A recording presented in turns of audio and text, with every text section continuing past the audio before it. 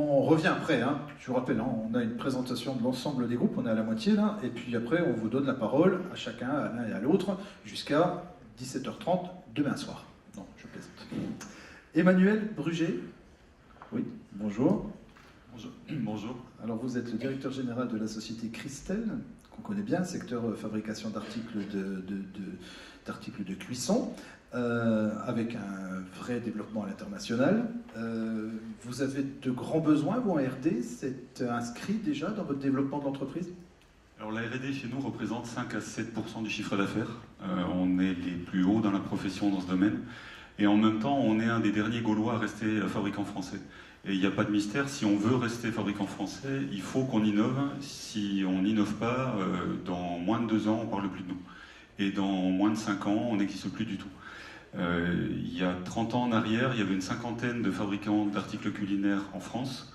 Aujourd'hui, on n'est plus que 2,5, on va dire. On rappelle peut-être hein, ce que vous faites. Des articles culinaires, des casseroles inox haut de gamme. Il ne faut pas que des casseroles, il faut aussi des poêles, des sauteuses, etc. C'est pour ça, je voulais bien le préciser. Hein. Je vous invite à visiter le site internet d'ailleurs. Au passage, j'ai des bons de commande dans le coffre, on pourra régler ça après.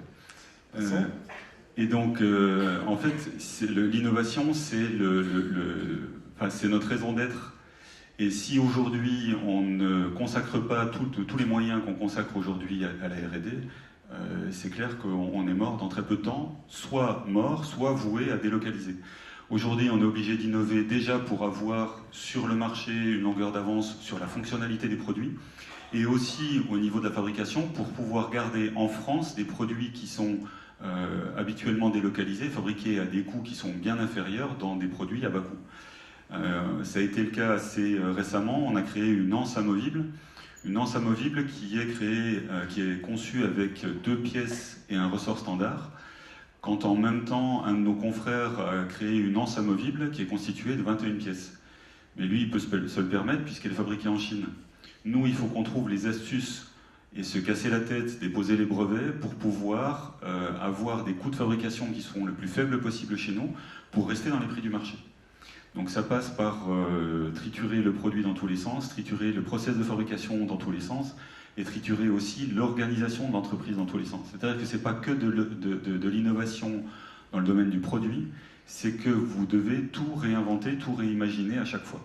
Sur chaque produit, pour chaque client, et dans tous les domaines. Le problème qu'on rencontre dans les PME, TPE, c'est qu'on n'a pas assez de temps à consacrer à la recherche, et on n'a pas non plus forcément toutes les compétences. Puisque maintenant, créer un nouveau produit, ça peut faire appel à des compétences qui sont complètement en dehors, enfin aller beaucoup plus loin que ce qu'on pourrait imaginer. On commence à parler, enfin on commence pas, mais en tout cas dans ça explose particulièrement à ce Noël-ci, on parle beaucoup des objets connectés. Les objets connectés arrivent dans la vie quotidienne, mais ils arrivent aussi aux portes de nos TPE, PME. On n'a pas les compétences pour pouvoir concevoir et pour pouvoir imaginer, pour pouvoir faire les objets connectés, ce qui fera ce que seront les produits de demain.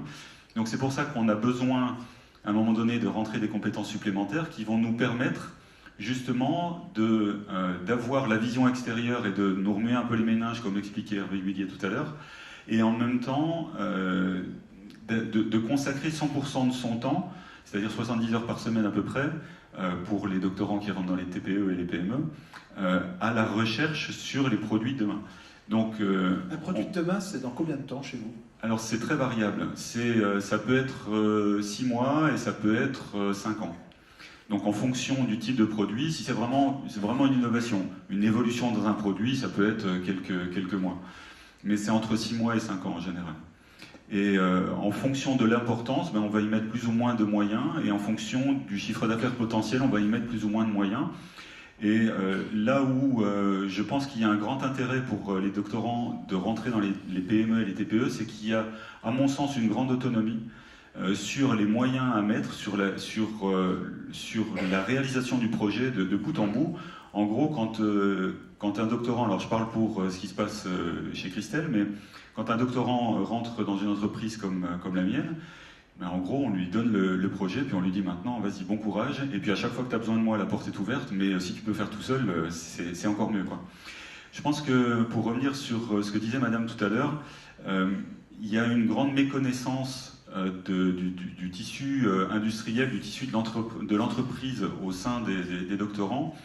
J'ai l'impression qu'on est un petit peu comme des voisins qui nous regardons au travers de la haie et on entretient chacun notre jardin de notre côté, et puis on entend bien que ça bouge de l'autre côté de la haie, mais on ne sait pas trop ce qui s'y passe.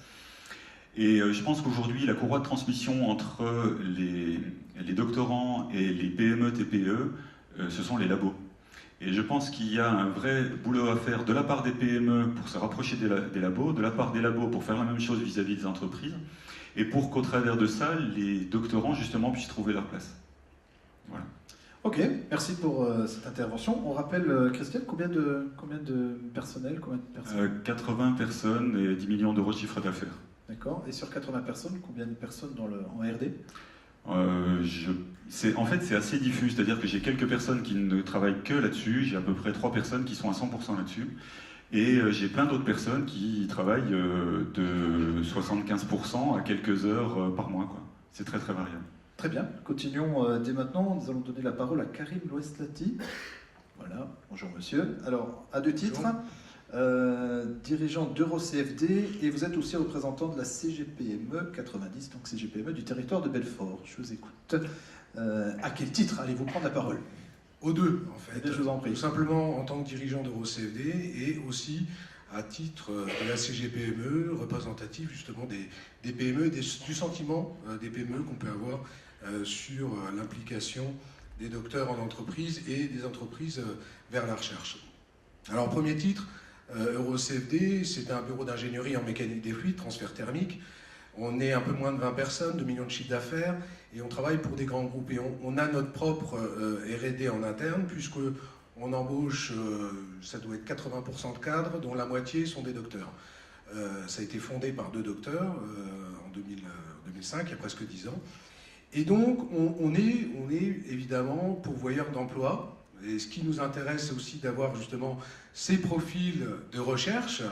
Tout à l'heure, on parlait de savoir. Alors, ce qui nous intéresse chez un docteur, c'est pas juste le savoir, parce qu'un sujet change, un sujet se modifie, puis on passe d'un sujet à un autre, suivant les secteurs d'activité de nos clients. Ce qui nous intéresse, c'est que c'est des machines à apprendre. C'est-à-dire qu'en thèse, je me rappelle très bien de mon propre directeur de thèse qui me disait l'important de la thèse, c'est pas obligatoirement le résultat, c'est d'apprendre à apprendre. C'est la méthodologie qui va derrière. Donc on a besoin de ces gens qui prennent un sujet à bras-le-corps et qui vont le développer au fil du temps. Voilà le besoin, en tout cas, qu'il peut y avoir dans des PME. Alors je parle de PME qui ont identifié la recherche comme étant quelque chose de fondamental pour elles, et peut-être pas encore de ces TPE qui sont à la recherche de savoir qu'est-ce qu'un docteur pourrait leur apporter. Et peut-être que pour elles, et pour nous aussi, ce qui peut être intéressant, c'est le doctorant, déjà dans un premier temps. Pourquoi c'est intéressant ? Parce que ça permet de mettre un pied dans la recherche avec un financement qui est somme toute assez intéressant, il faut le dire, avec le CIR et les subventions ministérielles, et de mettre un premier pied dans la recherche. Et une fois qu'on a ce pied dans la recherche, bien le docteur a sa place toute trouvée dans l'entreprise. Il aura fait la moitié de son temps dans l'entreprise, il ne sera pas en pure déconnexion du marché de l'emploi. Et je rappelle aussi que le marché de l'emploi des docteurs, aujourd'hui, il devient minoritairement académique. C'était déjà le cas de mon temps. Aujourd'hui, il faut se dire que plus de la moitié des docteurs, de toute façon, vont partir en entreprise parce que la recherche publique n'a pas les moyens, en France en tout cas, de les absorber. Ou à l'international. Ah non, à l'international, là, il y a des capacités. En effet, il y a beaucoup, aujourd'hui, vous le savez, de vos collègues qui partent à l'international. On a tous été tentés à un moment donné de partir notamment aux États-Unis ou en Angleterre. Donc au-delà de ça, il faut pouvoir absorber l'ensemble de ces jeunes chercheurs dans l'entreprise, donc créer des ponts. Et donc j'en viens justement sur la deuxième partie, la partie PME, en tant que représentant de la CGPME, c'est qu'aujourd'hui, les PME n'ont pas de lien fort avec les programmes de recherche ou même les labos.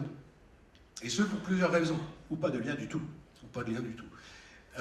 Pour plusieurs raisons. La première, c'est que, comme l'a dit M. Lhuillier, on a un peu la tête dans le guidon et il est difficile de sortir de son quotidien pour aller chercher les programmes de recherche internationaux, nationaux, ou même aller chercher ne serait-ce qu'une thèse CIFRE pour la mettre en place. C'est très difficile. Et là, je parle de PME qui sont déjà qui savent ce que c'est qu'un docteur et qui vont lancer une thèse chiffre. J'en ai fait l'expérience. On va se heurter derrière, nous, à ce qu'on appelle les SAT. Ça, c'est... L'invention des SAT est une superbe invention. Et on leur demande... Excusez-moi, pardon. Les quoi? C'est des sociétés qui font aujourd'hui le lien, je dirais, ils sont là pour valoriser la recherche publique et faire le lien, notamment avec des programmes industriels. D'accord. Et donc aujourd'hui, lorsque vous voulez lancer une thèse chiffre, vous êtes en phase de SAT, et en tant que PME, on va vous sortir un contrat d'environ 25 pages, avec un haut niveau de technicité juridique, auquel vous n'êtes pas formé, vous êtes docteur en mécanique des fluides ou en autre. Voilà. Donc, et quand vous leur demandez la version PME, elle n'existe pas. Il y a la version grand groupe. Alors aujourd'hui, si vous voulez, la recherche publique, c'est s'adresser aux grands groupes, c'est blinder des dossiers juridiques pour protéger sa propriété intellectuelle, mais ne sait pas du tout s'adresser aux PME.